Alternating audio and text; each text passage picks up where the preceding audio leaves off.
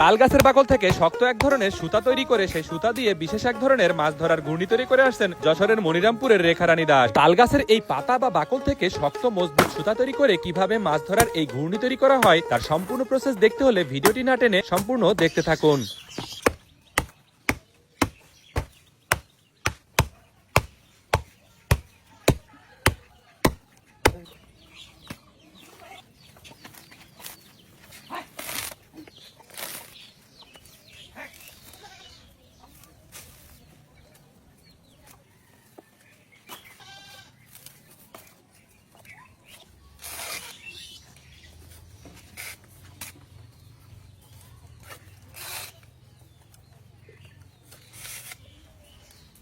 তাল গাছের গাছগুলো দিয়ে সুতো তৈরি করি মাছ ধরা ঘনি তৈরি করে।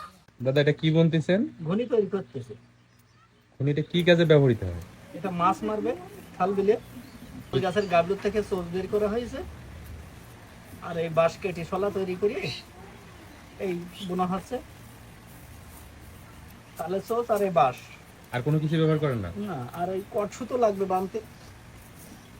এই কাজ আপনারা কত বছর ধরে করতেছেন দাদা? আমাকে জন্মগত, মানে বাপ দাদার পেশা। হুম। আপনি কত বছর ধরে করতেছেন? আমার বয়স যে কয়দিন, তবু আপনার বয়স এখন কত চলে? প্রায় 40।